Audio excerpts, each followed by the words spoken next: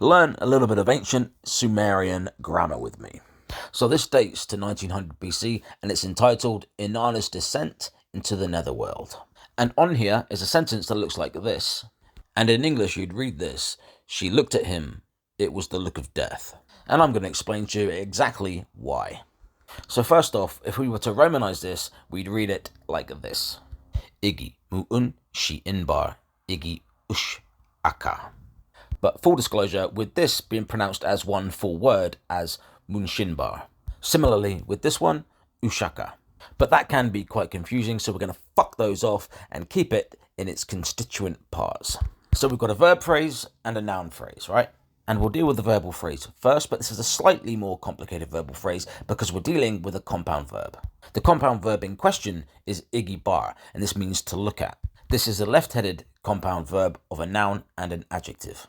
But wherein a simple verbal phrase like mu'un do, which means he built, where the verb to build is simply on the end of the verbal chain. But in the case of a compound verb here, the verbal chain will get squished right in between the compounds of the verb. Okay, so what do these blocks, what do these constituents actually mean?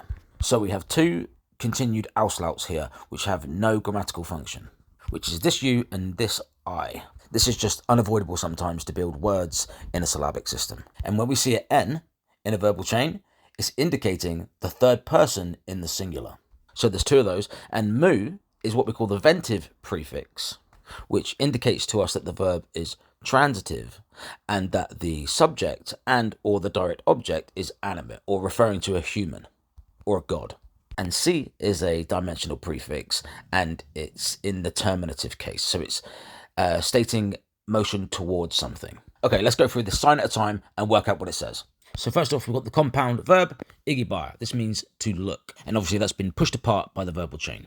And then we have the ventive prefix mu. As soon as we see this, we know that the sentence is going to be transitive. The verb is going to be transitive. So we're going to look for a subject and a direct object. So then we have the initial third person, the dimensional terminative case marker, and then the final third person. And both persons are in the singular. So it gets a little bit confusing when we translate this to English, and it seems a little counterintuitive. Because in English, it almost works backwards. So the final person is the subject, which means she, and the initial person is the direct object, meaning him.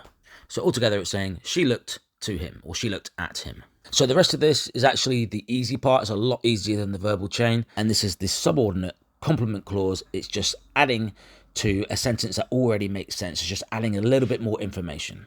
So this is actually very simple. We have a genitive construction between two nouns, and the genitive construction appears differently in different environments. I've done a video on that. You can search to find it if you want. I'm not going to go through it here. And so if we were to normalize this into its proper constituents, this is what we'd be looking at. So all we have here is one noun, meaning I, another noun, meaning death, the genitive marker between them, and the subordinate marker a on the end, telling us that it is in fact a subordinate complement clause. So a literal translation for this half means the eye of death.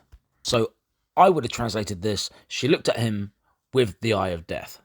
But whoever originally translated it this way, and that's fine too. Although personally, I would have wanted the copula marker to be on the end. It would have needed a cam on the end for me to translate it was, but whatever.